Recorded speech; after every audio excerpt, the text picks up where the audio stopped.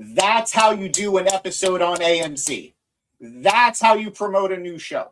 Last week, Mulligan. We're not going to count it. It didn't happen. It was Fugazi. It wasn't real. Bull. This is better. Let's talk about it. If I can do this, I can. Forget it. Uh-oh. Yes, boy! French toast is the exchange student that you have like a 3-week affair with. Hey, we can see that you don't have pants on. Somebody hit somebody with a pie. Do something.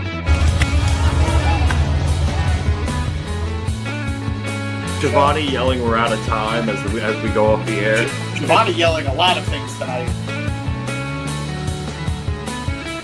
And welcome to the Mark It Down podcast. Hello, everybody. Welcome to the Mark It Down podcast, where it's Thursday night. We cover TNA. You know what that means. We're in the Matt Pack zone. It doesn't work. I tried it, Matt. I really did, but we're here.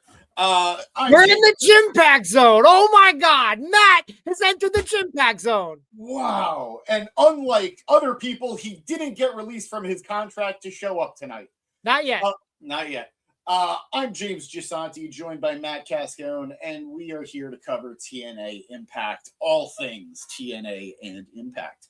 I meant what I said in the cold open, guys. That's how you do an episode. I thought I was harsh last week when covering Impact's debut episode. Y'all were acting out. Y'all were like, this company is going to die. You must be new here because TNA doesn't die.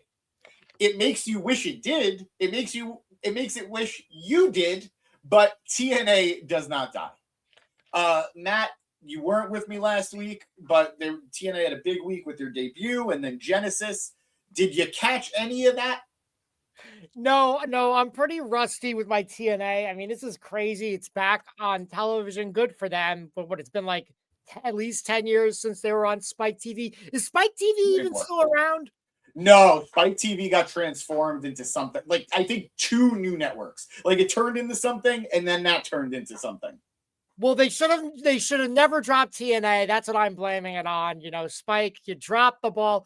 Spike's loss is AMC's gain. And what I watched tonight in TNA, for the most part, I enjoyed. I think there's a lot of upside here.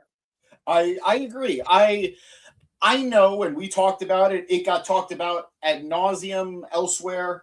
They faced a lot of issues with last week's show and just last week in general, between visa issues, contracts, so many different things. I cut them some slack, not a whole lot of slack, but I gave them some grace.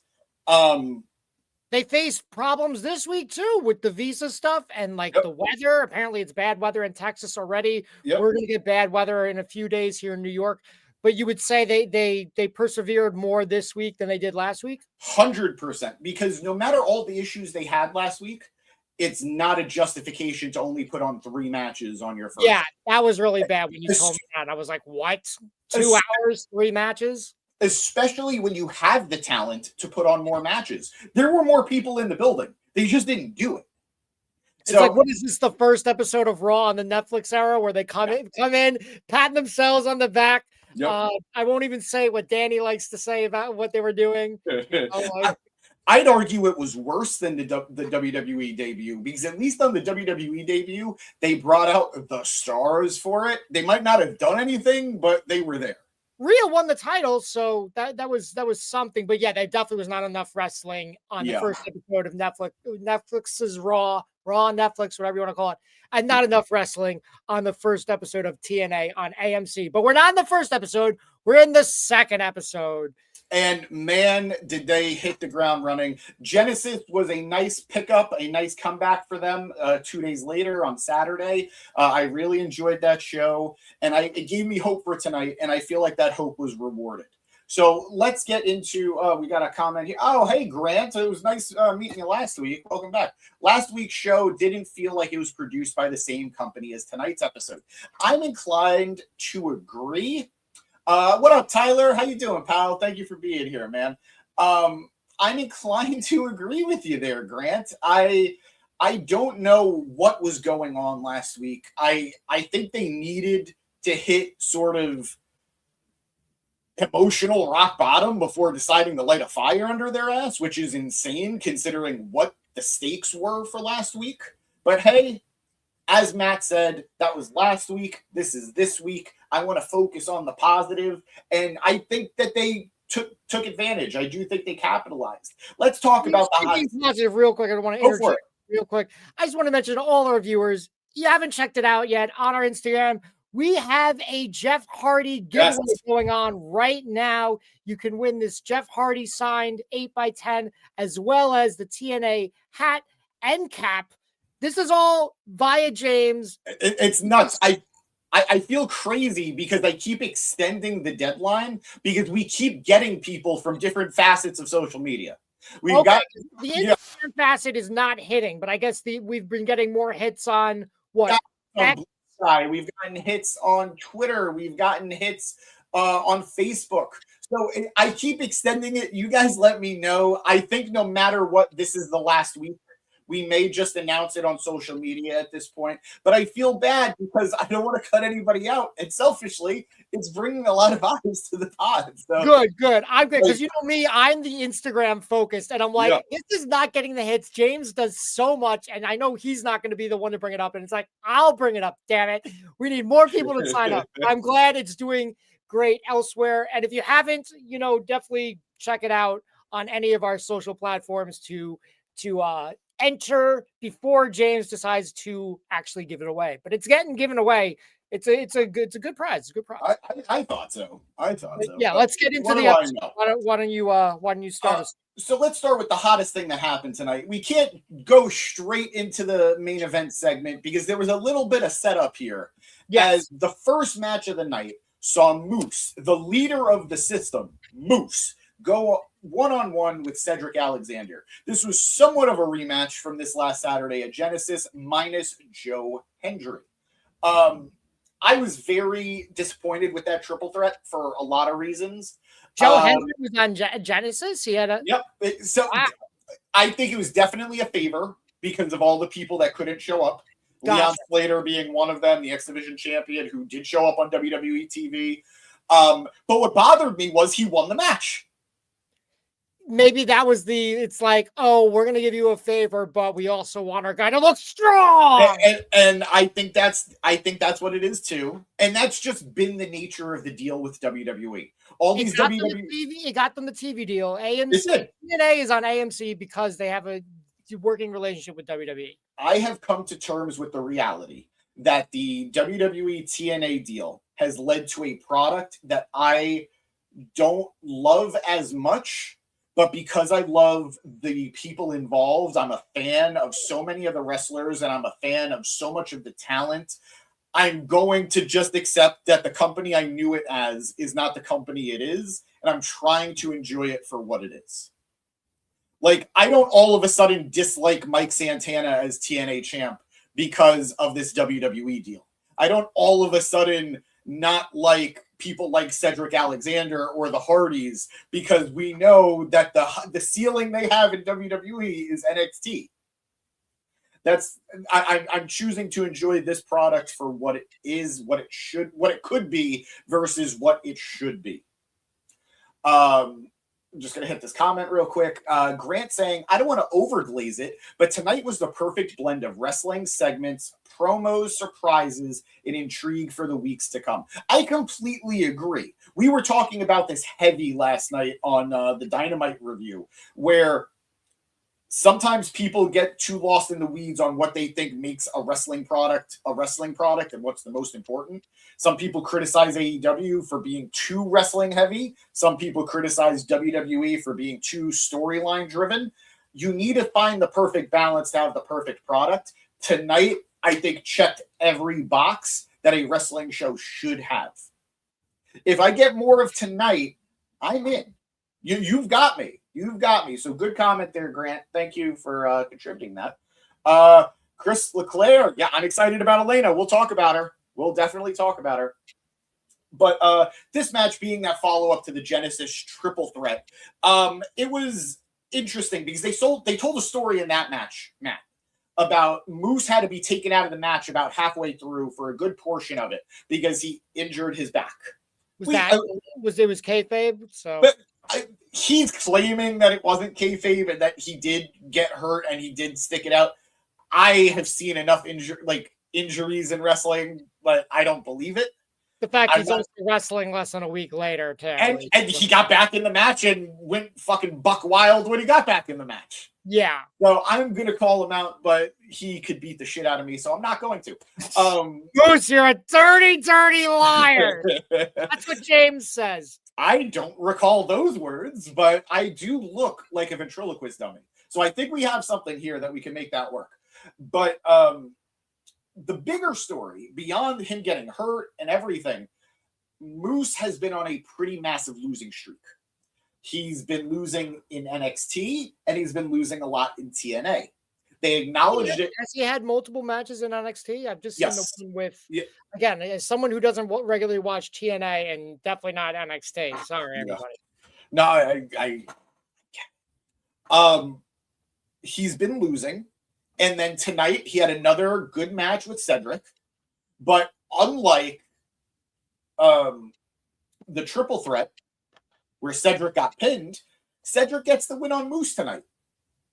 The losing streak continues. Moose is, a little shaken, but he's been leaning so far babyface lately that he takes it in stride. So fast forward to the main event segment of the night, not the main event match, but the main event segment where we were teased for the last couple of weeks or the last week or so, we were going to be introduced to the newest member of the system and JDC's replacement, Johnny Dango Curtis's replacement, as he had his retirement match against his buddy, his fellow system member, Eddie Edwards at Genesis. A match that Eddie won, JDC goes down. They mocked Cena's retirement beautifully, and an enjoyable retirement match. JDC, comes out tonight as well. He thanks the crowd for showing him such love and such support at Genesis. He thanks his team, and then he introduces the newest member of the system, Bear Bronson. I was initially a little surprised at the pick, because he doesn't, visually, he doesn't quite fit in with that group that all kind of present themselves as very varsity almost. Yeah, I could see that. And everyone else has basically been a journeyman or at the very least a veteran. Bear is the youngest member of the group. He's not a young kid, but he's the youngest member of the group, has the least amount of experience. But I saw what they were aiming for. So I was intrigued, but a little surprised. Thanks, Elena Black Cat!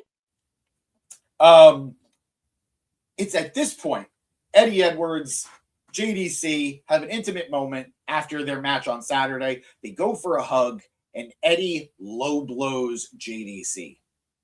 This shocks the crowd, it shocks commentary, and it shocks Moose. Moose, who the fun detail of this whole story was JDC was the last member of the system to join, and Moose did not want him initially.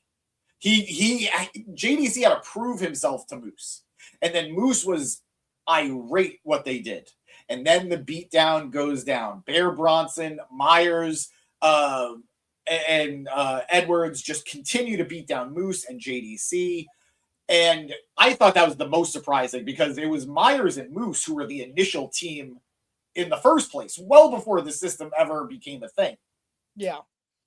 It's at this point the hero music comes out. Here comes Cedric Alexander. You know him. You love him. He's here to make the save. He's here to protect Moose.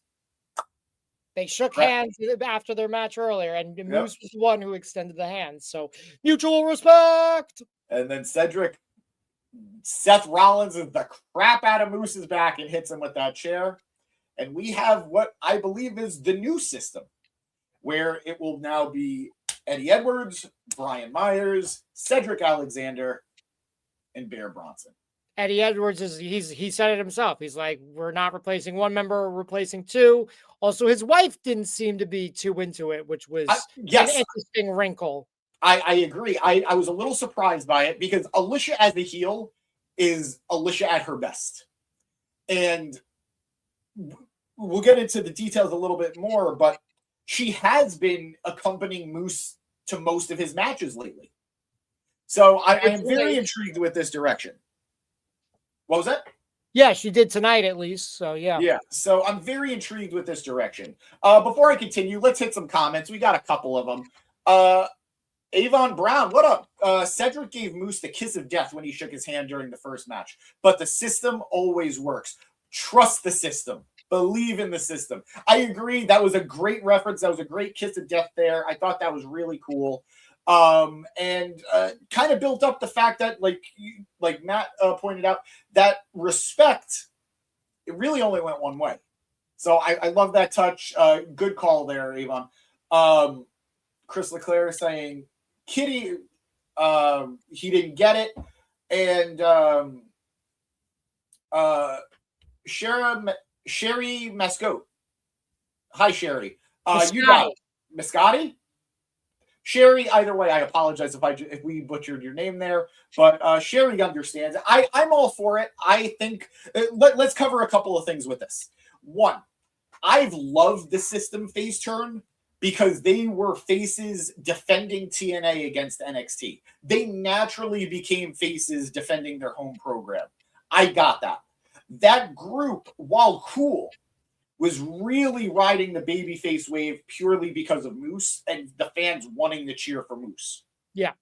No one else there just radiates babyface the way he does. So I mean, Eddie Edwards did at one point, but he hasn't in years ago. Yeah. The Eddie Edwards of today is not the Eddie Edwards of yesteryear, who was just a white bread, blue chipper babyface. So I get that, but it's been a long, long time. So I understood what they were going for with that. I get why the system needed to turn.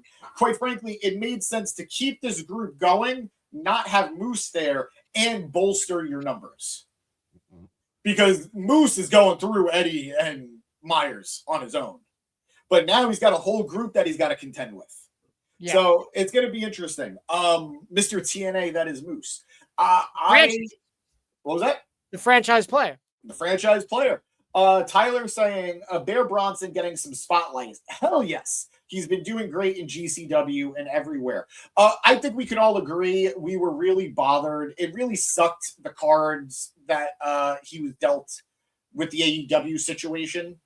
I understand that it was an awkward situation to be in with his former tag team partner. I don't think he should have ever been punished for it, but I also think it was clear Tony didn't put much stock in them to begin with. So I wasn't shocked that he was eventually released. I was just disappointed in how he was handled. It felt like he was definitely getting punished for someone else's misdeeds. So I'm happy for this guy to be getting a fresh slate, fresh start. TNA, I've said it for literally years. TNA is the place where you rejuvenate your career. If you're a former WWE guy, if you're an indie guy trying to reinvent yourself, TNA is the place to do it. And I'm rooting for him. I'm absolutely rooting for Bear. I think he's got something to prove. And I've personally never seen a Moose and a Bear fight. So that's kind of intriguing to me. And he has reinvented himself already. Like, you know, he's got the bear mask. He's got a cool look. Yeah. You know, I think, you know, I'm intrigued.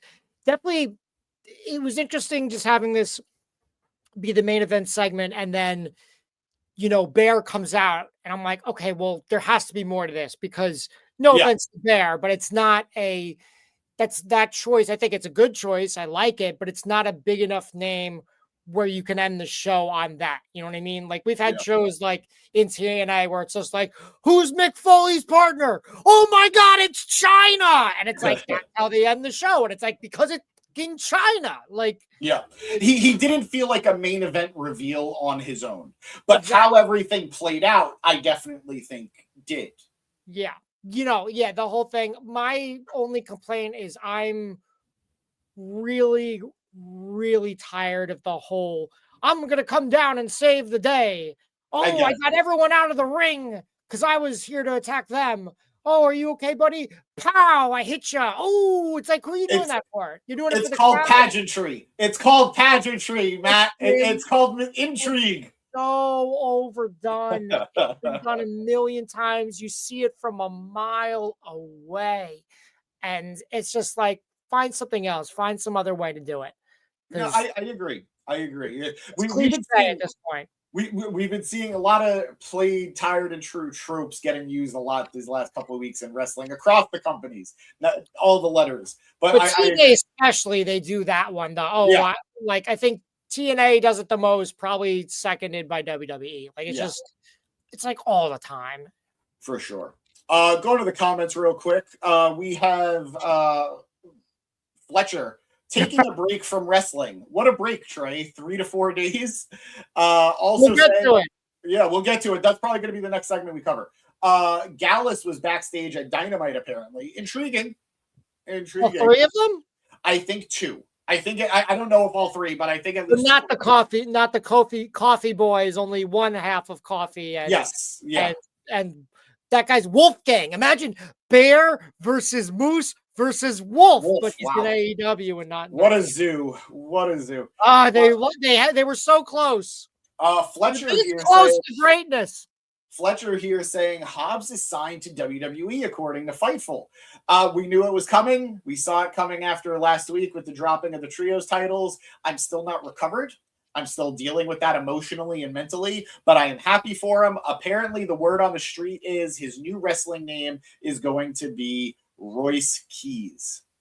I hate it. Let's see. It's no Powerhouse Will Hobbs, but Royce, we'll see. Where are your keys? Are you going in the house? In the Powerhouse. He's got the keys to the Powerhouse. Okay, we figured it out. I was going to say they're in the Florida Keys. Oh, imagine that. He's like, from the Florida Keys, hailing from the Florida Keys, it's Royce Keys. He's got the key to victory. All right, sorry. Quick question here from Fletcher. How did TNA let Jake something go to AEW? It broke my... I'm so happy for him because he has been killing it in TNA for years now, and they have never booked him appropriately. He was getting over and over and over, and they would never let him string enough wins across to matter. They gave him a shot at something when they were teaming in with Hammerstone, but then at one point or another, both of them got hurt. And then they had something with him and Diener, and then they just dropped that. I think it was a huge loss for TNA. It's already proven to be a great grab for AEW. But more than anything, I am just happy for Jake Doyle. I think he's got so much upside, and he works well, like so well with people that move the way they do in AEW. So very happy for him there. Ooh, a good one. A good suggestion. Brickhouse Royce Keys. I'll take it. I think you could keep Powerhouse, but if they're not going to because they're going to be WWE about it, Brickhouse ain't bad. It's also less syllables if they don't want to get too wordy. As long as we avoid Bearcat, I'm okay. Or the silverback. We don't need that either. Yeah. If I was WWE TNA after losing Jake something in the Rascals, I'd try to get Hammerstone from MLW. Let me tell you, if he's leaving, he's not going to TNA again. He's going to go to AEW. They have done too much to cultivate the MJF Hammerstone relationship for Tony not to want to make that a thing. And I don't know that he loved his run in TNA. Yeah, he didn't do much. So we'll see. The fact he went back to MLW, I don't think he's going to want to go back to TNA. And MLW does not play with their contracts. They do not let people go. Yeah. But, that's a different conversation. Thank you. It's so rare that I get that, so I appreciate it. Let's go into the most frustrating match type I will ever watch in professional wrestling, and that is Feast or Fired. Matt, you're familiar with the match. You're familiar with the match. Yes. There's 4 briefcases. They're all ugly as sin, and it's one person gets an X Division title shot, one person gets a tag title shot, one person gets a world title shot, and one person gets fired. Except in this instance, we have replaced the tag title shot with the international title shot. Oh, that's even like less interesting. I mean, yes and no, because I don't think there were ever really instances where whoever won the tag title, it wasn't clear who their tag team partner was going to be. Well, that's why you make it someone who's a tag guy. Or again, I guess that's too obvious. But I mean, they've done it many a time. But regardless, for those who aren't familiar with the concept, 4 pillars across the ring from one another, each holding a briefcase. Each, as Matt said, has a potential title shot to it, or the dreaded briefcase that will lead to you being fired. You have to pull down the briefcase, not just pull it down from the pillar. You have to leave the ring and go up the ramp with it to be declared the winner. Now, let me tell you why I hate this match. I hate it twofold. One, kayfabe wise, I have no fucking reason to ever touch one of those briefcases. No world title shot is worth potentially just getting fired. But maybe you're a gambler. Maybe everybody in TNA has a gambling problem. As somebody with a very addictive personality, you keep me as far away from this match as possible. Matt, you take my wallet, you take my keys, you don't let me get to the arena. Bro, it's only a 25% chance you will get fired. That's normal math. It's normal math is a step below Samoa Joe math or Steiner math. James math is 100%. Somehow, someone else is going to pull down the fired briefcase, throw it at me, push me up the ramp, and then the next week I find out I'm fired. So that's the kayfabe reason of why I hate Feast or Fired. The legit reason, the non-kayfabe reason that I hate Feast or Fired is that TNA used to, I'm not going to say they still do, because I doubt it. TNA used to, in years past, have that match and not inform the person who was getting fired until they got fired. It was super scummy for years. Who did they do that to? I don't remember. I'll be honest. I know it happened enough. I don't remember specific names. I could pull it up in a second. I remember a few times they did it to people who like their contracts were going out. Like, so Bashir, whatever, Davari in WWE, when he was in TNA, he definitely won it one time and he got the fired one. And it was just kind of like, as far as I know, the consensus was like, hey, Bashir, like, we're not going to renew your contract. We're going to let it ride it out, but we're going to do it with this briefcase. So at least you get like a memorable exit. And that I get, but there have legitimately been people that have gotten fired. That's sad. Yeah. That definitely feels like the Jeff Jarrett, Dixie Carter years of wrestling. But we didn't do that to SoCal Val. I remember she got it one time randomly. SoCal Val will have my heart until the day I stop watching wrestling. Hey, she's still doing stuff. Yeah, no, I'm a big fan of hers. She's a kind-hearted person, rooting for her. I gotta pull up my SoCal. They were at New York Comic Con one year. Like probably like 2009. Just very randomly, her and Lauren, who was the blonde, who was a backstage interview for Steiner Math. I don't remember. I think she transferred to the Golf Channel. I don't know. I'll pull up that picture. I'll put it on her Instagram. Grant saying, I don't know why everyone expected Trey to be out for months. He took roughly a week to process what happened, which seems reasonable. And he was the talk of the town. Smart of TNA to capitalize on it. So this is what I'm going to say to you, Grant. I agree with you. I don't know why people... look, one thing I will say, he himself did say he's stepping away from wrestling. Yeah. It's not like people speculated, oh my God, is his career over? Oh my God, is he done doing anything with wrestling? Is he canceled for good? He himself said, I'm stepping away. That leads most people to assume he's going to be gone for a while. I'm glad that he's working. I'm glad that he deserves to be working. Let's specify something here now. I don't want to speak for everyone on the pod. The comments that he made that got him in trouble with Warner Brothers Discovery are comments worthy of getting in trouble. But they were made years ago. He's apologized. He apologized before the AEW deal ever came up. And he has since not made any comments of that nature, has kept a very low profile on social media since, and has apologized and said that he's learned from the mistakes of his past. I'm a big believer in second chances. I'm a big believer if someone shows you that they are committed to not making the same mistakes, to give them a chance.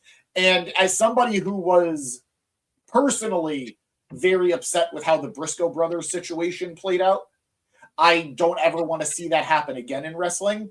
I was hoping he would take some time away so the heat would die down and AEW would bring him in.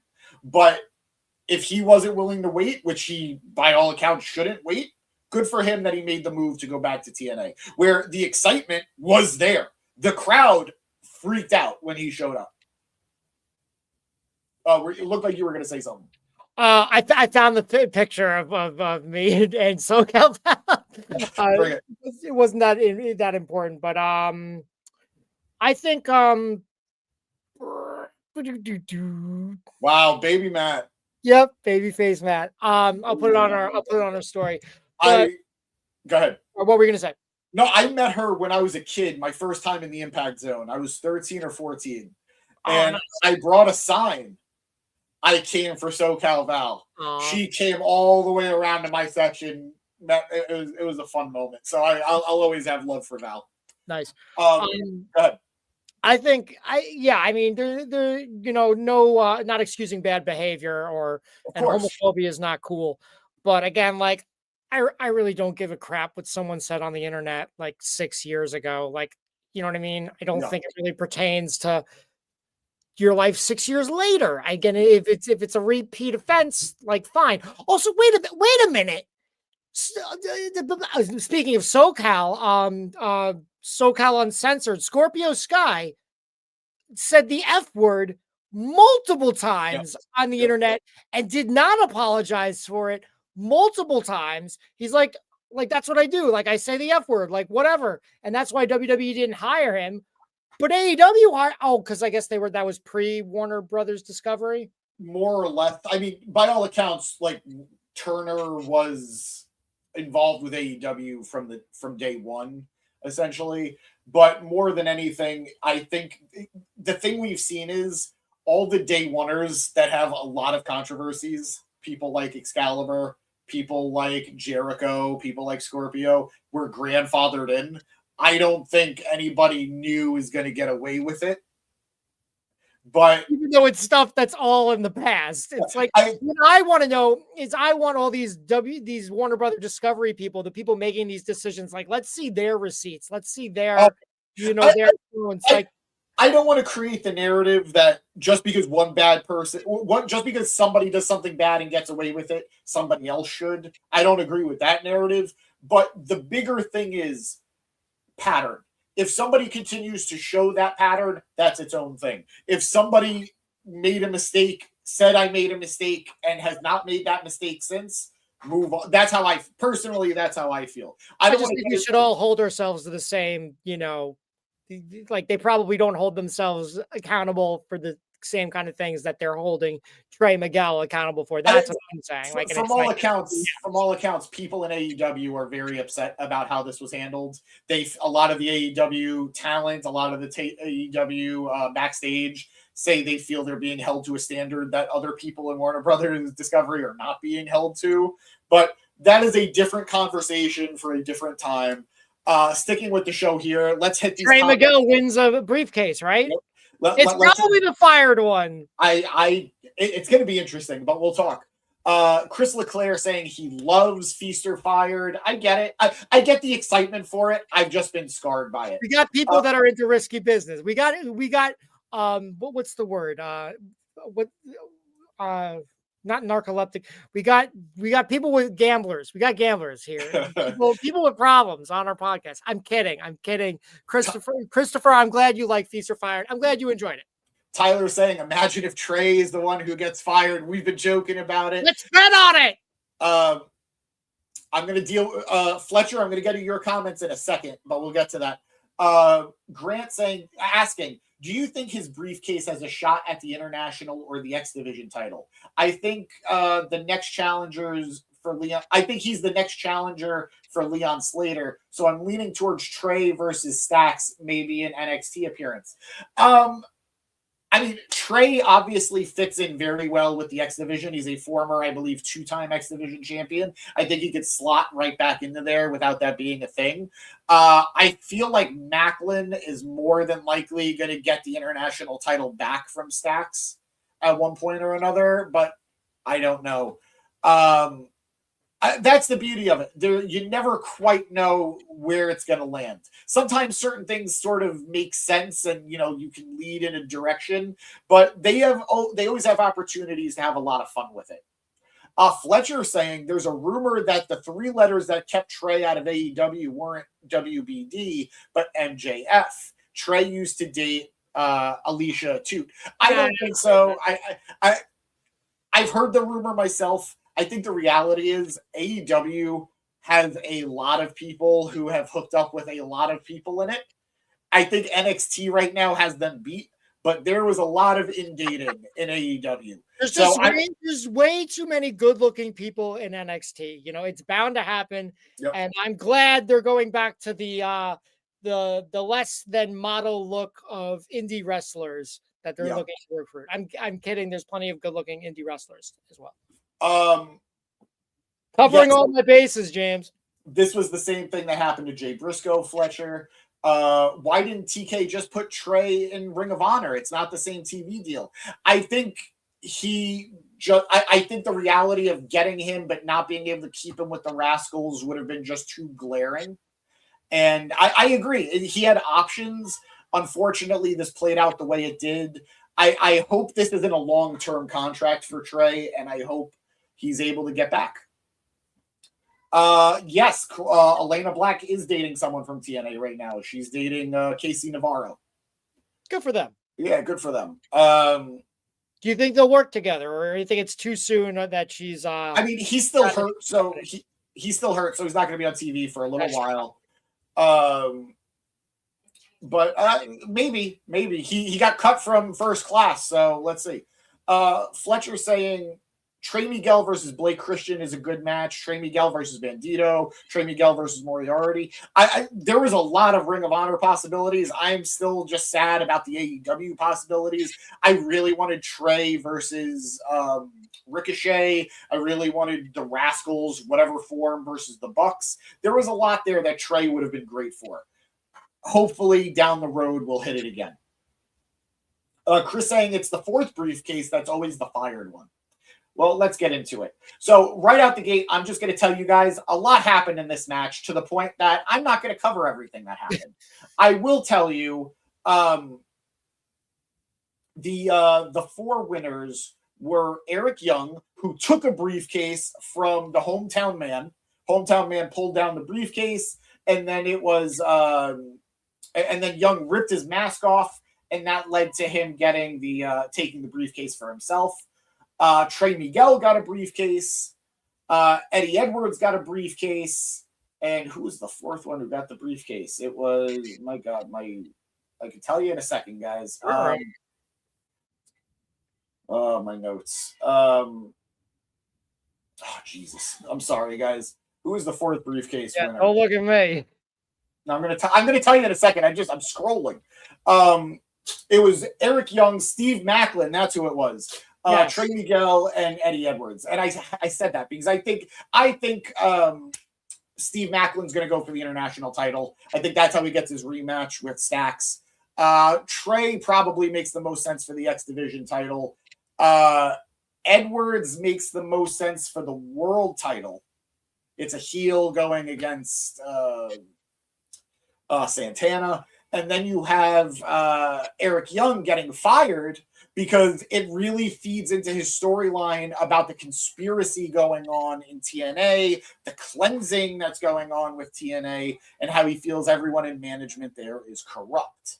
So I think that has to be the order it goes. I think you can maybe switch out Macklin and Miguel or Macklin and Edwards, but I wouldn't do Macklin versus Santana right now.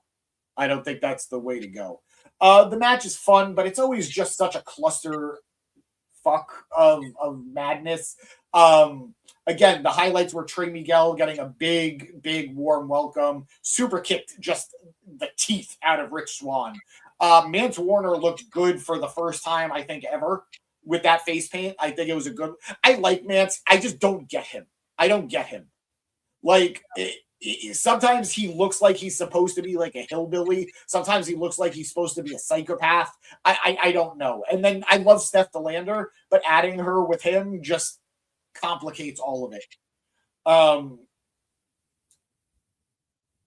I agree. Eric Young having his Sami Zayn conspiracy run, I think it's a great step for him for where he is in this part of his career. What else?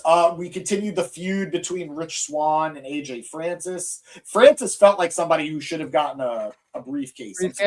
I'm surprised he didn't get one. But not that he really needs it, but he would have had fun with it. So that was Feast or Fired.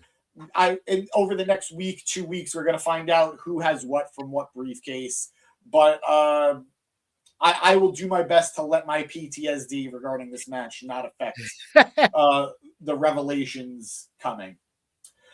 We then go back early to the show where we had an in-ring promo from Mike Santana. Santana talking about, the journey to where we are right now, going through losing the title, having it only for those 30 days that he wasn't on TV. He talked about how he played a voicemail from his father before his father passed away, saying he deserved to be at the top, which led to the fans chanting, "You deserve it."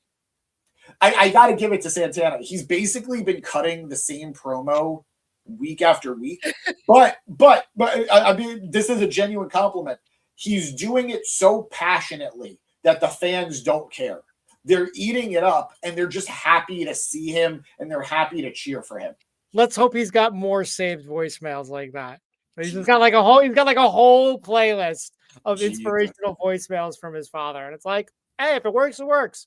Fletcher asking, do you see AJ Francis getting the main one? I am a way bigger defender of AJ Francis than most. I truly think this is going to be a very unpopular opinion. I think he is one of the best big men in professional wrestling today. He's great on the mic. He knows how to get the crowd to boo him. He makes fun of himself in the ring. So he's a heel who isn't afraid. He's a heel big man who isn't afraid of looking like a clown. I love that he's willing to do that big boot into the corner that turns into him flipping over the ring, because it's such a fun play on that dive, that notorious dive of his. I think he gets so much right. I think arguably the worst thing with him is his look, but I don't know what gear would look good on him. So I think his gear is goofy. Like, it's hard to take it seriously with that gear. Like, maybe just a singlet, like, or like an MVP style singlet. But again, that might be too tight on him. Yeah. His look is to me the biggest thing that's hurting him. I just don't like the singlet doesn't fit the character in my opinion, but I don't know. Hopefully that's the one thing that he can figure out, because I think he's firing on all cylinders otherwise. Fletcher, I promise I won't forget the Ciampa comments. We will get into that at the end. Fletcher also saying they think that TNA is building AJ Styles' final run. He thinks he leaves WWE when Gunther beats him, and he pops up in TNA for a final run, breaking the internet. I love it. That'd be awesome. I do too. See, but I would want him at WrestleMania still. And I mean, they could do it. Like, yes, he'd have to leave WWE, but that's a long enough time that he could just do one match for WrestleMania. I think. Let's put our conspiracy theory hats on for a second. I think there are some things we know. AJ's contract is ending in February. We know this for a fact. So the timing does work out for him to actually retire. They have been doing a lot of teasing of AJ doing work in TNA. So all of these things do line up. But here's the cynical part of me that makes me think I don't see it happening. Do you think WWE would actually allow TNA to have AJ's retirement run instead of themselves? Do you think they'd be willing to give TNA that and not themselves? I don't. I think if it's not the entire thing, like again, maybe they let him have 2 months in TNA and then he comes back. Like for WWE, he gets to be in the Hall of Fame and he comes back and has one more match at WrestleMania. Again, I totally get what you're saying. And I like, there's a part of me that thinks you're right. But me, as someone who actually really likes this idea, is coming up with ways that could make it work for both parties involved. I think best case scenario, and I don't know how you do it. AJ walks into WrestleMania as TNA World Champion and has a match as TNA World Champion. Yeah, I don't know how you get the title off of Santana in a satisfying way by Mania. You don't. You just have AJ Styles beat Santana. Sorry, kid, it's not your day. I would have that match at Mania. As a TNA fan, it's a double-edged sword where it's like, wow, the TNA title is changing hands at Mania and not on our show, but it's fucking WrestleMania. You do it. Yeah, you do it. You absolutely. As long as it's not a 3-minute match, like don't have a 3-minute match like Hendry did last year, you're good. I would book that match. I think we figured out how we get there, and I would book that match. There we go. We just did it. You're welcome, WWE. You're welcome, TNA. Sorry, Mike Santana. I mean, he gets to wrestle at WrestleMania. Yeah, I think he'd be happy. He'd be happy to wrestle at Mania. And if he's got to lose it at Mania, losing it to AJ Styles is who you lose it to. And it's a decent run, too. Like, it's not a crazy run like a Cody Reigns or a Roman Reigns, but, like, still, like, what we got, that's like at least 3 months. Yeah, for sure. For sure. Yeah, I think we got that one. Fletcher is saying conspiracy hats. AJ Francis should get Braun Strowman clothing style. That's not bad. I think like the baggy-ish pants and maybe like a tighter top, or maybe even if he keeps the shirt that he has, but pants instead of like the weird shorts, I think that would be a much better look. He should get a stylist, like, and I'm saying that like not as a joke. Like literally, he should talk to his stylist and be like, what can work for me, my body type, while I'm wrestling? Because this is what I'm doing right now, and I'm trying to upgrade. No, I completely agree with you. I think and I think it fits his character. Can you imagine a segment where he's like, let's do it. Let's upgrade me. And let's literally do a montage of him wearing a bunch of different stuff. And it's the I'm walking on sunshine. We just got copyrighted.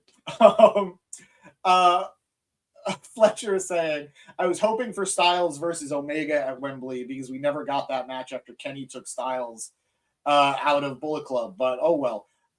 If that happens, I guarantee there are very few matches that will get me to travel for it. I traveled to Texas for Kenny Okada. I will travel to Wembley for Kenny AJ. That'd be a fun trip. That'd be a fun. The weather's not shitty. Yeah. Daniel Hernandez saying that Matt is so dedicated to podcasting, man. I don't know. I don't get the reference. I don't know if it's sincere or not, but I think he is. I think he was saying, like, you showed up on Sunday, you're here tonight, you're going wild, bro. Matamania is going wild, brother. Matamania. What was Sunday? What did I do Sunday? I guess it was 2 Sundays ago. Yes, it was, because I would have gone last Sunday, but it was snowing, and we're probably not going to the studio this Sunday because again, it's going to be snowing. Eric will be there. Eric will be there. Coming up. We'll talk about it at the end of the pod. Fletcher saying Balor versus Jay White for Bullet Club custody is something I dream about also. I also have fantasy booked many a Bullet Club leader going against one another. Usually Kenny is involved in one format or another. Fuck Cody Rhodes. No, I'm kidding. But I never include him in those fantasy bookings. I always thought he was an odd choice for Bullet Club. It didn't feel like he needed it. He was perfect for Bullet Club, and Bullet Club was perfect for him, but they never reached the heights that they could have, in my opinion. With like, obviously, financially, they hit incredible highs. Obviously, they did some fun stuff, but them leaving for AEW really cut any true Bullet Club potential there. Yeah, I think it'd be funny if we did like the rights to Bullet Club, but it's literally just like the IP and like money. It's like we're not doing the group anymore. It's just like which one of us is getting all the money and who's getting the royalty checks? Yeah, that's what it comes down to. Trademarks the IP. Eric saying he loses the TNA title at Mania. Yeah, I think we're all on the same page. Santana losing the title to AJ at Mania would be the way to go. We got to put that in a clip. Clip it, Eric. I think this whole episode's had some good clips. I look like a gremlin, but I'll giant beard. Not shave until July, everybody. Dan saying AJ Styles is retiring in 2 weeks. He's leaving WWE in 2 weeks. He's jumping over to TNA. I mean, how does he like? They wouldn't just have Gunther lose to AJ Styles, right? But like, it would be the biggest waste of what they did with him and Cena. Yeah, and Gunther's already beaten AJ, though. You know, he did it like a cheating little bitch. Yeah, cheating little bitch. But he taps out like a bitch. WrestleMania. We're getting t-shirt ideas out of this. That's all I'm writing these down. Fletcher saying our EVP Matt keeping us entertained. I'm just here. You're not I'm here to service you, man. I'm here to prop you up. Literally, James is here just to like actually give you all the analytics and the results, and I'm just here to like bullshit and just I'm the Abbott to your Costello, and I'm okay with that. Fletcher saying, "Are you fucking?" I can't believe WWE got Balor, AJ Styles, the Tongans, Cody, and more, and they don't build up a Bullet Club faction, taking over like Bloodline did. Shame, shame, shame. They were so opposed for the longest time to ever the fact that we had AJ, Anderson, and Gallows and Balor together for the longest time, and they never did it, just was flabbergasting to me. I think they as long as Gallows and Anderson had someone to work with, like Styles and Balor didn't really need it. Like, I mean, you look at both of them; they're both Grand Slam champions. The two of them have literally done everything in WWE except for Money in the Bank, Royal Rumble, and main eventing a WrestleMania. Like, other than that, they've done it. They've done it all. So they didn't really need to do a group. I think it's a shame we never got Styles and Balor as a tag team to win the titles. I think that would have been cool and way better than Styles and Omos. I think the other thing is like they just didn't want to acknowledge Bullet Club. I mean, they did the Too Sweet, and then Balor lost, which they got in trouble for. Yeah, Shane lost to Kane the next night, and no one lost to Kane at that time. I think they could have done something with it though. They could have done something because eventually they did trios. It was they like did the club. It was the club. Yeah. That was awful. I would have called them Bullet Train. Like that's better than the club. The ammunition gang. The Shell Corporation. I don't know. I'm throwing just silly stuff out. Yeah, no. Heavy machinery should have been heavy artillery. Artillery. There was a lot of potential that we just never really hit. Fletcher is saying that he loves the fantasy booking, but he heard that TNA wants Kazarian versus AJ Styles instead of Santana. I would just have AJ Styles versus Leon Slater, making Styles put Leon over in his final match. I agree. I have long thought that Leon is going to be the one who retires AJ. Leon Slater, his time in TNA is not long. The moment his contract is up, WWE is going to gobble him up. And I wouldn't be shocked if he goes straight to the main roster. Wow. He's already shown up on SmackDown. He's already constantly working in NXT. The only reason to keep him there is to just say he had a run there. But no, you don't need him to. I think he goes straight. He's so young. That's the reason. Yeah. I mean, I've said it on this pod before. I hung out with him this time last year, and it's crazy that him, Leon Slater, Kevin Knight, and Alec Price, all three of those guys I was hanging out with like after the J Cup last year, are all signed this year. And we love to see 2 out of the 3 are champions. Great to see them rise. The cream always rises to the top. We can only hope. We can only hope. Fletcher, the damage is done. The damage is done. I know who I am. I know what I'm. I was getting the same idea too, that Styles was going to do something with Leon Slater, but the fact that he did run into Kazarian, who was world champ, it's like, do we really want Styles? If you put Styles in TNA, do you have him go for the TNA World Championship, or do you have him go for the X Division Championship? It's like, obviously the TNA is higher, but the X Division holds a special place in a lot of people's hearts, so it really could go either way. Yeah, I could say I don't see them doing Kazarian. I think that was simply a tease because of the title, and Kazarian was holding the title, and they have a history, so it made sense for that segment. But I don't know. I think AJ holding the TNA title puts eyes on TNA. I think the guy who beats AJ for the TNA title is wow. And if you want to have Leon do that, have him elevated out of X Division and take the TNA World title from AJ, huge way to do it. But lots of fun concepts to play with, lots of fun potential if you make it. When is Ultimate X? Are they still doing that? Ultimate X is a match that they pull out whenever. It's not an event. It's just a match anymore. Yeah. Okay. It was Destination X for the longest time. I don't think they run that. I don't think they've run that pay-per-view in a while. I think that would be great to bring that back, Destination X. And again, maybe is there a way? Because I think we're really onto something here with Styles losing at the Rumble, going to TNA, becoming TNA World Championship, beating Santana at Mania. Does he retire after that? And also, is there a way, can we insert Styles versus Slater before that? And I'm not saying you should necessarily beat Slater, but it is also hard to lose to Slater and then win at Mania. You know what I mean? I don't know. I think you're pushing a lot. Not you, but I think by doing that, you're pushing a lot in a short amount of time. We've already had a taste of it because AJ and Slater did go against one another at Saturday night's main event on Cena's retirement night. Yes, the tag. It was the tag team match. So I don't know. Look, AJ has said 2026 is his last year. That's a whole lot of 2026. Yeah, we're in January. Yeah, he doesn't need to retire at Mania. He doesn't need to retire right after Mania. If he wants to pull a Cena and just wrestle through December, or if he wants to make it to maybe SummerSlam or something, or around that time, there's a lot of options. It's hard to book now without knowing what's going to happen with him versus Gunther. Because I think there's going to be a surprise. Most people have Gunther winning the Rumble. I think having him retire AJ and then winning the Rumble is a lot to do.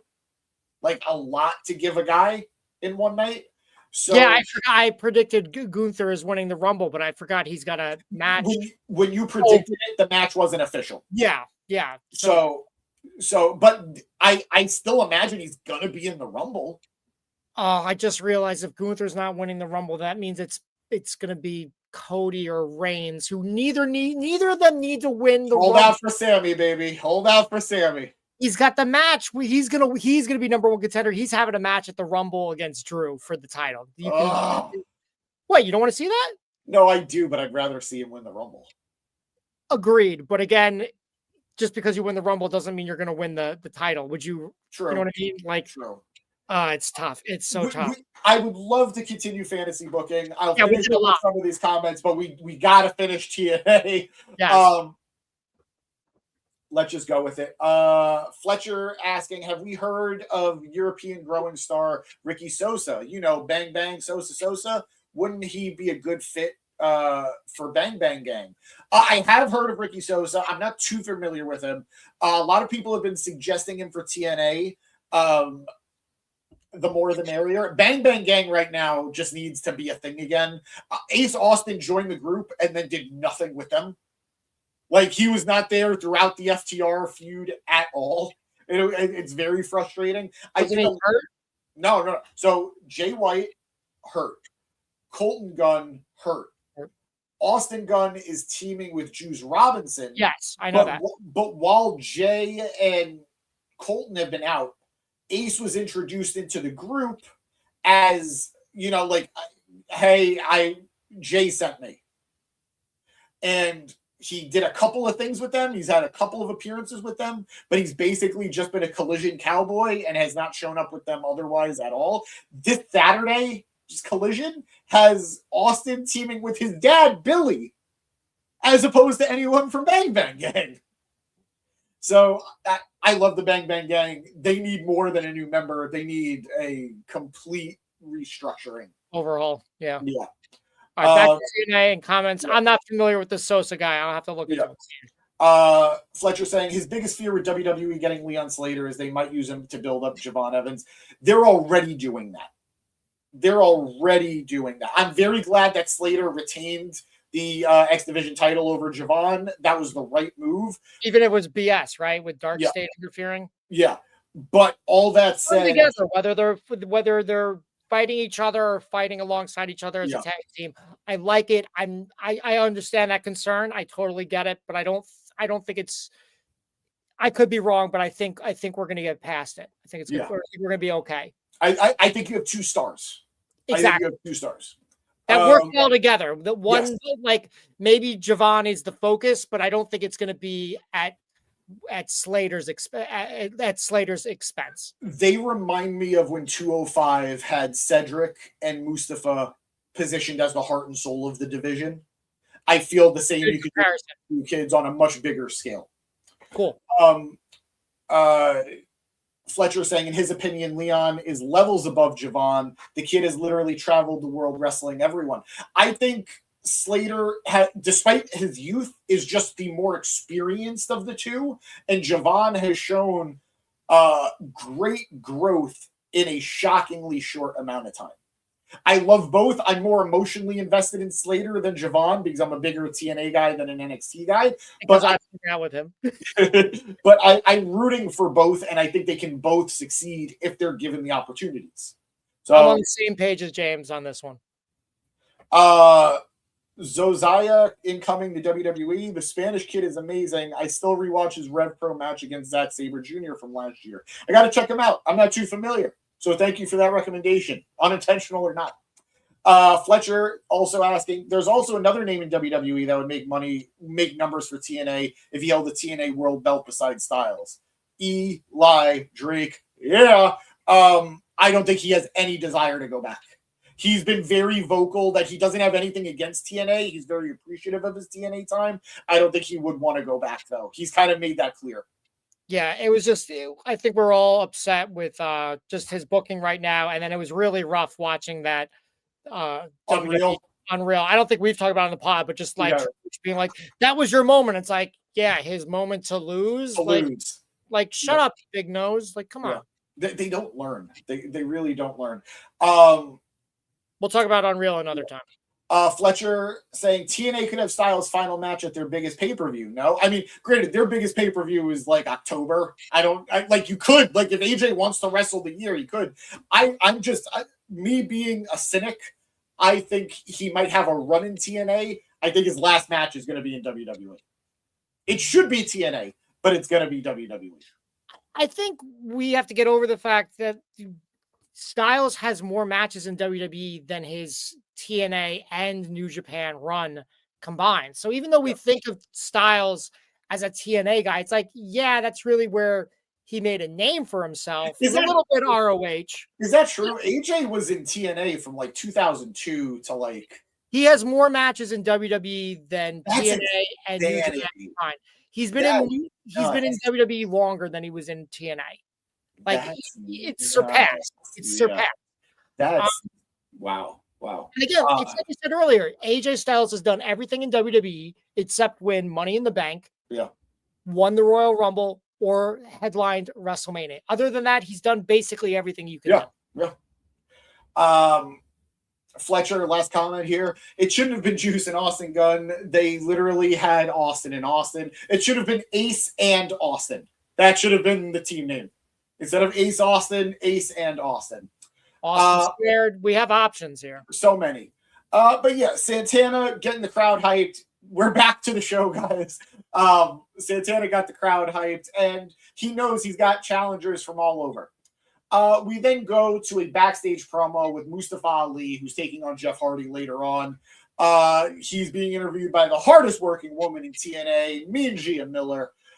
Gia asks Mustafa how he's feeling ahead of the match with Jeff. Ali tells Gia to just shut up. We've got issues now, Mustafa. Ali says that the Hardys are sheep, and fear not, because he will be the shepherd. He thanks Gia for her time, and they leave. Don't fuck with Gia Miller. That's my one rule with TNA. Do not fuck with Gia Miller. Chris LeClaire saying AJ Styles was in TNA from 2002 to 2014. So that's a 12-year run. I think AJ debuted in WWE in 2016. All right, so maybe I'm willing to give you, though, matches. He might still have more matches in WWE because his work schedule in WWE was insane. Yeah. Going back to the show, if I can find it, because this is a lot. We have our really only knockouts match of the night, which is a bummer. TNA, be better. We have Indy Hartwell taking on one half of the Knockouts Tag Team Champions, M by Elegance. M, who was joined by Ash, Heather, Mr. Elegance, and the Concierge. This group is gigantic now.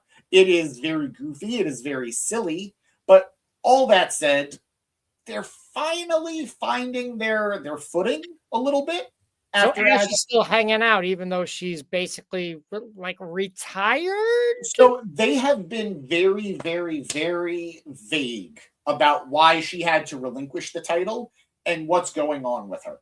The official wording every time has had to step away from in-ring competition due to medical reasons. You think she got like Hep C, like Nigel McGuinness or something? I don't know. It's weird. They've handled it very weird. But if you give me a second, we're going to get into it. The match was fine. I like both Elegance girls. I like M. I like Heather. But they have not developed as characters enough, and they haven't got as many reps as they should have. Bottom line, finish of the match comes with Indy hitting the Hertz donut onto M for the second time, lands on her, 1, 2, 3, gets the win. After the match, the Elegance brand gets in there and attacks her. Now, I should say, throughout the match, the Elegance brand was trying to attack Indy, but Ash kept stopping them.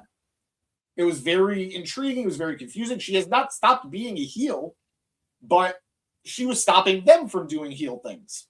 After the match, Indy and M beat her down. Mr. Elegance is, egging them on. Concierge is egging them on. But Ash stops them. She's ordering them to stop. At that point, M then slaps Ash. This brings out Xia Brookside and the Knockouts champion, Lei Ying Lee. As they come to make the save, they get attacked by the Elegance brand, including Ash, who gets very physical. We are then told that this has been a giant ploy by Ash, and she's back. What?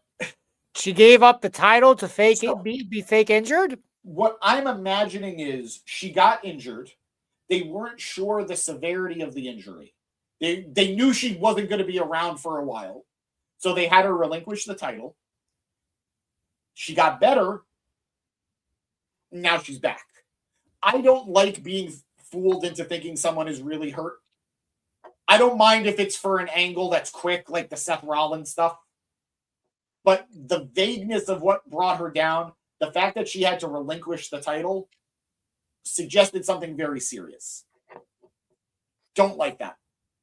Not saying they owe us anything, but don't make me worried for the well-being, the general well-being of talent. Not crazy about that, but I'm glad that she's back. I think she really was finding her footing before she had to relinquish the title. I think she finally really found her groove in the Knockouts division, and that division is thin right now. Like, it is really thin right now. Any and all warm bodies are good. Yeah. So, moving on. I was very happy when she won the title. And I was like, yeah, anyone's better than JC Jane. Sad but true. Sad but true. I have a hot take, but I'll save it for the next time. Keep going. The next match was Feast or Fired, so we're going to skip right past that. And we go to a backstage segment where Mike Santana is backstage in the, I guess, like the loading dock area. And very briefly, they show Jeff Hardy just sort of skipping back, like behind him off screen. Like he's skipping and then just gets to the left side of the screen and leaves. I don't know. What? He's getting his reps in, doing that. Maybe. I want to believe that he didn't realize they were about to film something live and then he needed to jump out of there, but he just skipped his way out. But silly stuff. It'll be a gift tomorrow. Oh, absolutely. It's blink and you miss it, but absolutely. They then, with Nick and Santana are... they're jabbering at one another, and then Nemeth takes a low blow and says that Santana is thinking with his heart and not his head, and brings up Santana's baby girl. This gets Santana furious, grabs Nemeth by the throat, tells him that he messed up not to have done that. They're there. I don't know what's going on with Nemeth, other than that he might be the number one contender for the AEW World title after the Busted Open segment earlier today. Did you hear that? Oh, yeah, I saw it, yeah. With MJF? That was fun. But Nemeth having that contract, I think Nemeth is, personally, I think the train is Nemeth cashes in the title shot, takes the title off Santana. AJ takes the title off of Nemeth. Yeah. And then I don't know who takes the title off AJ, maybe Leon. Where's Mustafa Ali in all this? Because I thought he was going to be TNA World Champion at some point. I think he's a viable contender. I don't think he's getting it within the next 6 months. I'm rooting for him. I just don't see it happening. We have one comment here from Chris saying he liked JC Jane as the TNA Knockouts Women's World Champion. It frustrated me at the time because I didn't like how they handled all the title changes. I didn't like that JC beat She Who Shall Not Be Named right now. Oh, and then, what?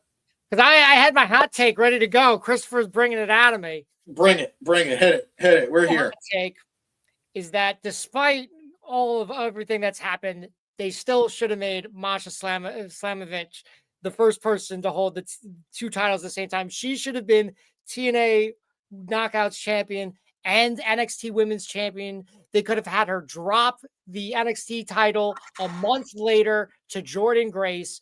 And even let's keep the timetable the way it is with Akira. Akira comes out, says, hey, she did all this bad stuff to me. Like, she gets canceled. She's adios. All that stuff could have happened.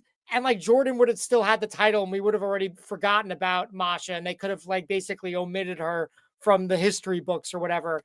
And it wouldn't have been that big a deal in that regard. But instead we're stuck with JC Jane as a two-time NXT champion and the TNA Knockouts champion. And Jordan Grace didn't get to do jack shit in NXT except lose every single title match. Now she's on the main roster, and how am I supposed to care? She couldn't get anything done. NXT doesn't count. NXT doesn't count. If NXT doesn't count, you should be able to win. Because Jordan Grace, you couldn't get jack shit done in NXT because of your shitty booking. And all of this could have been solved if Masha had just won that title instead of JC Jane. And again, you just have her lose it a month later. Akira would have been writing up his synopsis about what happened, what transpired, and she would have dropped the title before he could have hit send. So that's fine. So I'm going to we'll quote Chris here. No.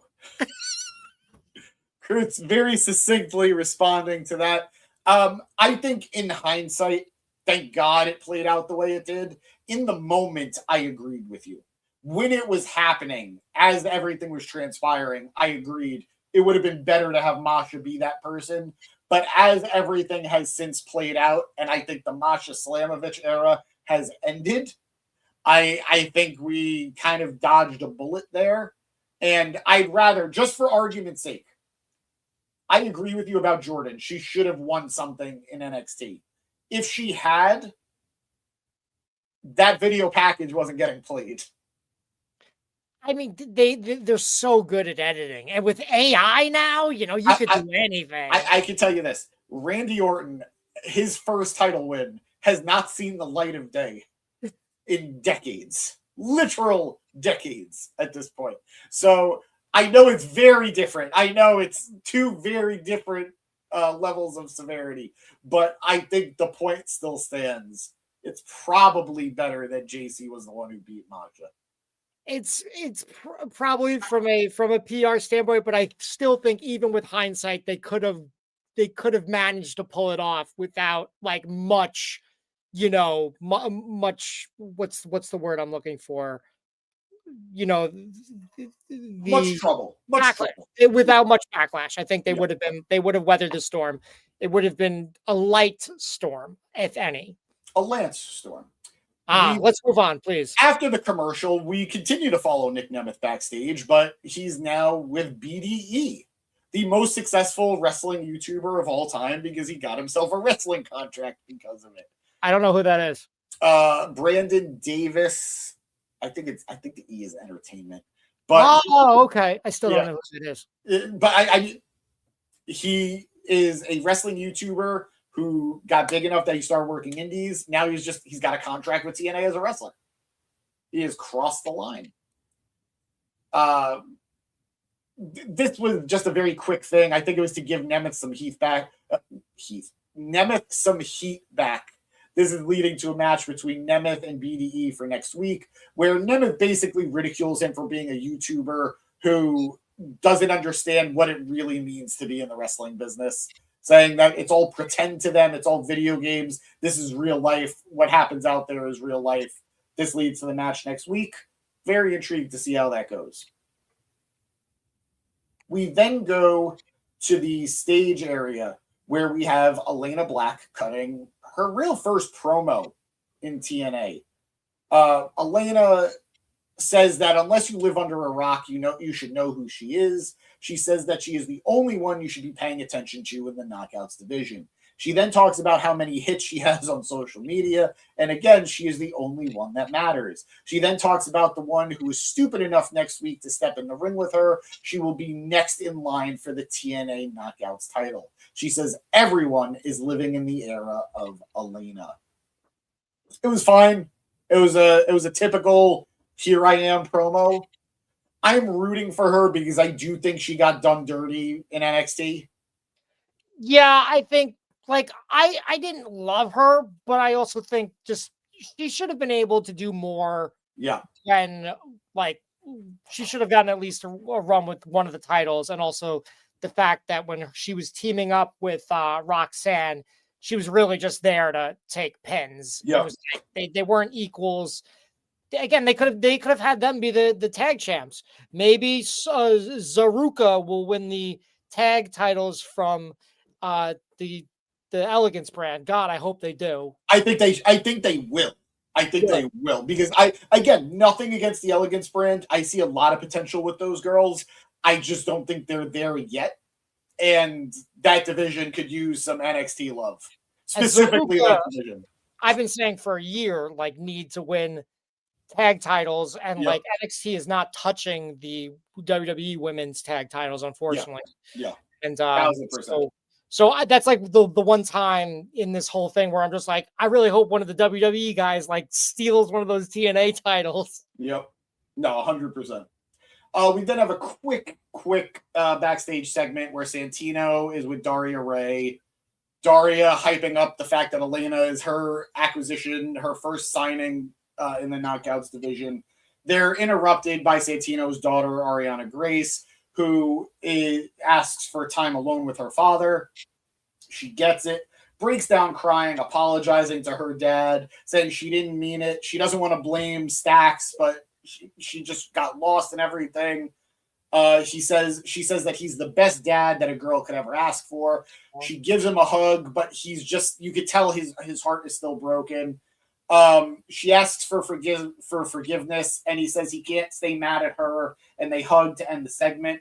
I know this is just going to hurt even more in a week or two when this turns out to be a big old load of bullshit.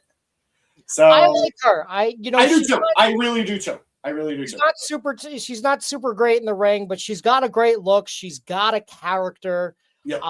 And hell, like if they want to bring back the daddy's girl, the gimmick that they originally gave to Tiffany, but then dropped because there was no daddy, they could give it to her. I think so too. She is Santino's daughter. It wasn't always about the work rate of the matches. It was about the character work of the matches. And I think you could really do something great with her. And she killed it as the liaison between the two, and between NXT and TNA. And be smart with it. She played this very well. Like, I believe the emotion. It's just, I ain't a rookie here. This ain't day one for me. I know how this works. So, what up, Maria? We missed you tonight. Hope you're having a good one. Thank you for being here. Stacks does suck. Yes, we agree. High five again, Maria. He does suck. Does not have the hips to wear a championship. That's brutal. I have nothing against the guy. I'm just mad that he won that title. It's crazy that Tony D'Angelo, he looks like Kraven the Hunter now. Have you seen it? I see it. I do see it. I saw the new look, and now that you said it, Spider-Man 2, Kraven the Hunter. Yeah. Yep. No, absolutely. He's pulling it off. Yeah, he looks good. I'm rooting for him because I was really worried about him post NXT. Because that gimmick works so well in NXT, but I don't know how it would translate to the main roster. This feels like if they could really nail this, could be a good transition to him going to the main roster. I was going to say he needs to resurrect the FBI, but what he's got going on right now could work on its own. 1,000%. Maria, I will give you a rundown at the end of it because we did spend a good amount of time talking about it earlier in the show. I got Fletcher's comments about Ciampa that I got to address, and I'll bring up Trey to you in a second. Maria, it's just politics. Yeah. Politics. That's it. Yeah. But we now go to the last match of the night that we're going to cover, which was Mustafa Ali taking on Jeff Hardy. This was the first time these two have locked up in over 4 years. I was very much looking forward to this match because both guys are very, very innovative when they wrestle. Mustafa does things that are so logical in a match that you just never really see wrestlers do. And Jeff, of course, loves to just do things outside the box. So this was a fun clash of styles. I enjoyed the match for what we got. I was upset about how much interference there was in the match, even though they didn't necessarily attack the guys in the ring. There was just so much distraction from Order 4 taking out Matt Hardy. Or just continuously going after Matt Hardy. One of the big spots of the match. We came back from commercial break, and Jeff and Ali are on the apron. The steel steps were put ringside sideways, and Jeff hits a massive twist of fate onto the steel steps onto Ali. And it was brutal looking. It was such a fun, I've never seen that spot before. So I love that. And I missed it. I was thinking this was the last, they said the main event. So I turned in like 17 minutes before 11 o'clock. So I'm like, oh, I should be able to be that. It's like, oh, nope, we're like halfway through the match. I'm like, damn it. So this got a huge holy shit chant from the crowd. And that turned into a TNA chant. They both get into the ring, breaking the 10 count. At the 9 count, they got it. They're going back and forth with one another.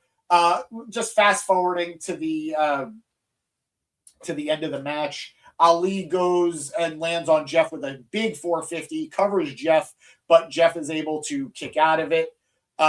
Before that, Jeff had hit the twist of fate and for a swanton, but Ali got out of that.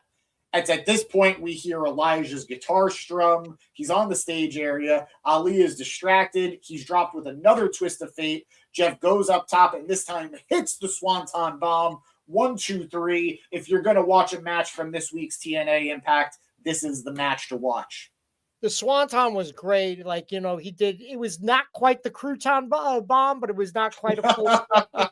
It was a nice in between. It's like he got enough. It just looked really good. And it just the transition into the pin was seamless. Absolutely. I know I'm obviously very biased. I know I'm the Jeff Hardy guy. I'm the Hardy Boys guy. I have been saying, like Chicken Little, just shouting into the sky that the sky is falling, that the Hardys we're getting in TNA are not the Hardys that we were watching in AEW or in their last years of WWE.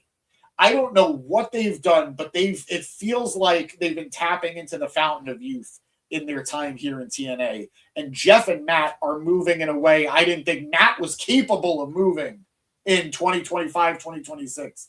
And Jeff hasn't done in a while. So I'm really happy to see both guys killing it. I'm really happy that we could get matches like this. Going to the comments real quick. Maria saying this was a very entertaining match, but there was just way too much interference. And that, in her opinion, Ali should have won. Jeff doesn't need to win singles matches anymore, especially over younger guys. So this is what my point is to this, Maria. One, I have a weird feeling the Great Hands are going to take the tag titles off of the Hardys because TNA is putting a lot of stock into Hotch and Skylar, and they've really upped their game over the last year and a half. Jeff getting a win over Mustafa works on two fronts because if they're going to lose the titles, that means they lose the war against Order 4, but they won a battle with Jeff beating Mustafa. And more than anything, this plays into the bigger story of Mustafa Ali versus Elijah, where Mustafa Ali is definitely going to beat Elijah. Again? So, he's going to beat him a second time? I think so, because I think Elijah is going to be joining the Righteous, who I'm a fan of, Matt. They are not doing well in TNA. Yeah, no, they're doing pretty bad. I've never hated them, but I don't think it's much of a gimmick. Like, I think it's a fun thing. It's like, I think it's a fun gimmick. I think there are so many makings of a fun time with that duo. I just don't think they've capitalized on it in the right way at all so far in TNA. So I think Elijah joining them could be a great shot in the arm. We still have to pay off whatever the fuck they filmed last year. Okay. Like, do you remember those vignettes that they were filming, like walking through, I think, like the field, walking through a graveyard together? Yeah. That's eventually going to come into play. They were also looking up tonight. That was something like... Yeah. We get that at the end of this match. Like Jeff Hardy wins, and they go to the camera. It's the Righteous, and they're talking, and like the big guy's going like this, like. I'm like, what is this? I enjoyed the match that they had at Genesis. The finish with everything was just so weird. These guys couldn't beat MJF in a handicap match. It's just kind of like. They're jabrones. I feel bad, like especially the big guy. He's like from Long Island, like he's an NYWC guy, you know. Yeah. He used to team with what's his face, who literally just retired. Guy who wears Hawaiian shirts. Hawaiian shirts. I forget his name, but he was one of Dominic's people that he did WrestleMania where they took Dominic out of the police van, and they I gotta look them up. I'm not sure, but that's cool. That's cool. Yeah. All right, guys. So that was Impact. We're gonna finish up with some comments here. Maria saying that Ali should win the TNA World Championship sometime this year. We agree. I personally don't see it being in the first half of the year. I think it's gonna happen in the back half of 2026. But absolutely, yeah, absolutely. At some point in 2026, Mustafa Ali should ascend to the World Championship. I don't know where you're bringing Grayson Waller up unless I missed something. No, he's not in TNA. He's Grayson Waller. I agree. They do have an awesome entrance song, and like the entrance with like the pose that leads into them. Doesn't do anything for me. I like it. I just don't think they capitalize on it enough. So going back to Maria's question, why isn't Trey Miguel with the Rascals in AEW? What happened? Unfortunately, Trey had made very insensitive comments back in 2020 online. When they happened, he got called out for it. He, got criticized for it rightly because the comments were not okay. But apparently it was enough for Warner Brothers Discovery to kind of put pressure on AEW to not keep him with the company. So Trey was released within days of signing the contract, and now he's back in TNA. Whether you agree with it or disagree with it, I think we could all say it feels like an overreaction for something that was not a repeat offense and something that has been apologized for prior to it ever being brought up on this level. So it's also the fact that there's a lot of AEW guys who have done just as bad or worse that have gotten grandfathered in.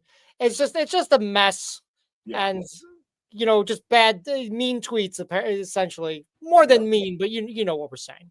Absolutely. Now, and going back to, because I told Fletcher we would, about his Tommaso Ciampa comments, which were unfortunately for me really far back. All right. Ciampa has trademarked Psycho Kind and Psycho Killer. Psycho King.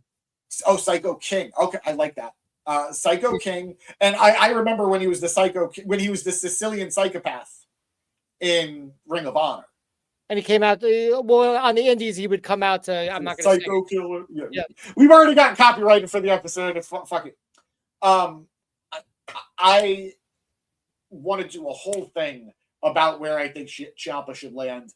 Obviously, my heart really wants him in AEW because there are matches there that are going to be fucking phenomenal if he has them.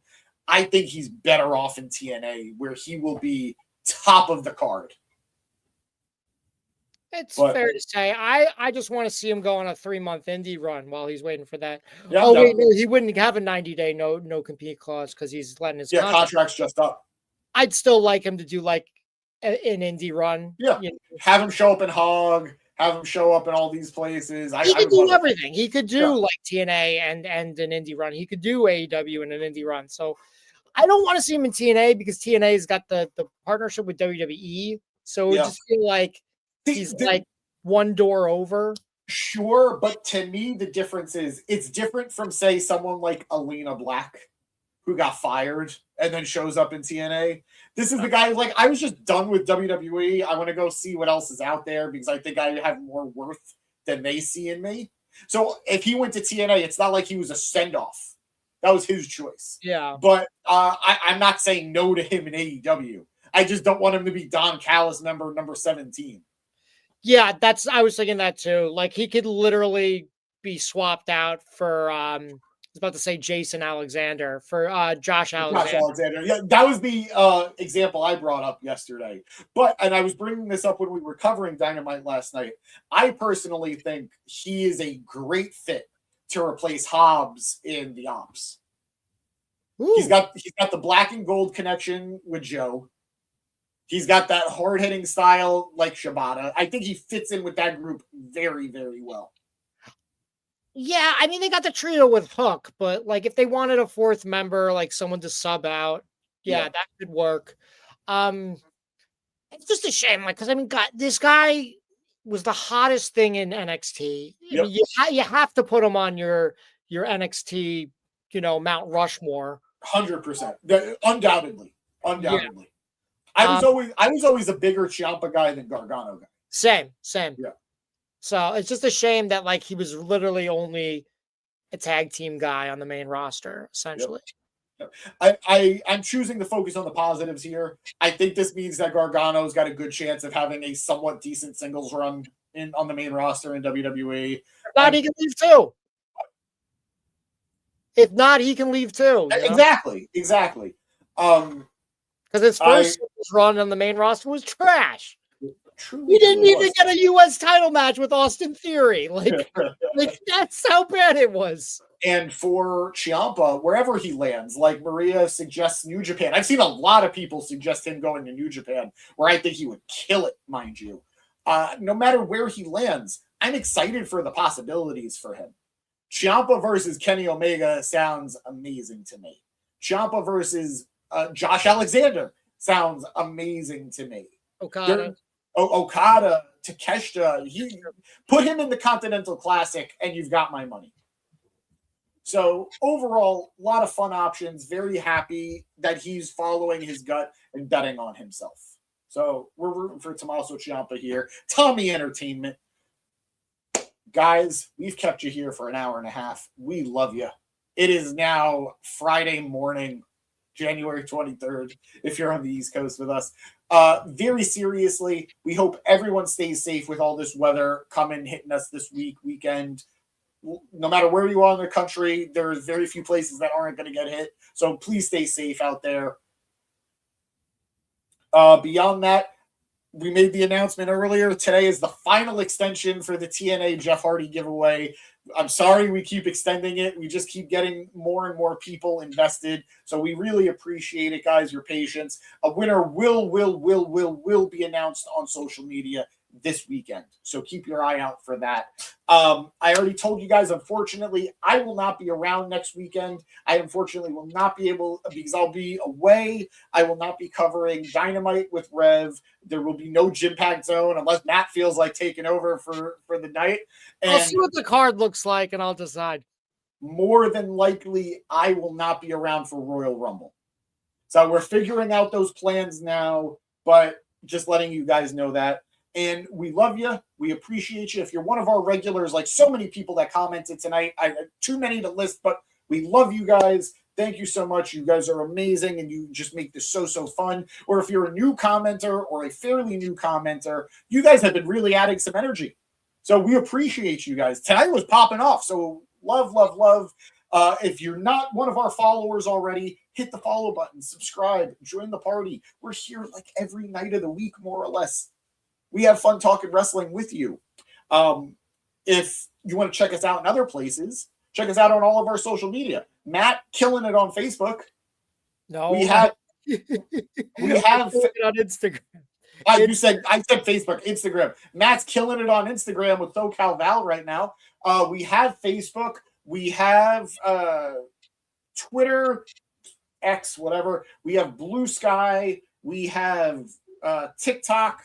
All the fun places, you know the deal. Maria, yeah, be careful. I don't know if Orlando's is Orlando getting hit? I know a lot of southern states are, but I'm not sure if Orlando's getting hit. I think she'll be all right, I think is what she's saying. Yeah, either way, have a safe weekend, Maria, weather or no weather. Speaking of the card, next week it's what AJ Francis versus Rich Swann in the main event in a no disqualification match, I believe. That'll be fun. So, guys, check it out whether or not I'm here or not. Yeah. That's Matt Cascone. I'm James Gisanti. I'm tired. Maria, yeah, no, we know he's going to go to the Death Riders. No, the Don Callis family. Oh, yeah, we know. Oh, man, you're tired. Yeah. Before we go, yeah, the rest of us will still be around, so hopefully we'll cover the Royal Rumble. I have soft plans to do that. If you are around next weekend, come check us out. We are going to be at the Super Power Slam. I will put it on our story. That is a show sponsored by GCW and JCW. It's for the I don't want to say it wrong. Yeah, it's a great show for a good cause. That's we'll leave it at that. It's a great card. You can check it out. It was sponsored by Orange Crush, and we're gonna definitely check that out. So we'll be covering that. Hopefully, we'll get some interviews. It's 7-minute drive from our studio. So if there's any place, if the time and place is any time, then it's that time. I too am getting tired now and getting tongue tied. But let's end on top. Take us home, James. Matt Cascone, James Gisanti, Thursday night, Gym Packed. You know what that means. We love you. Have a great night. See you later, guys. I'm riffing until I hit the outro. Bye. Woo!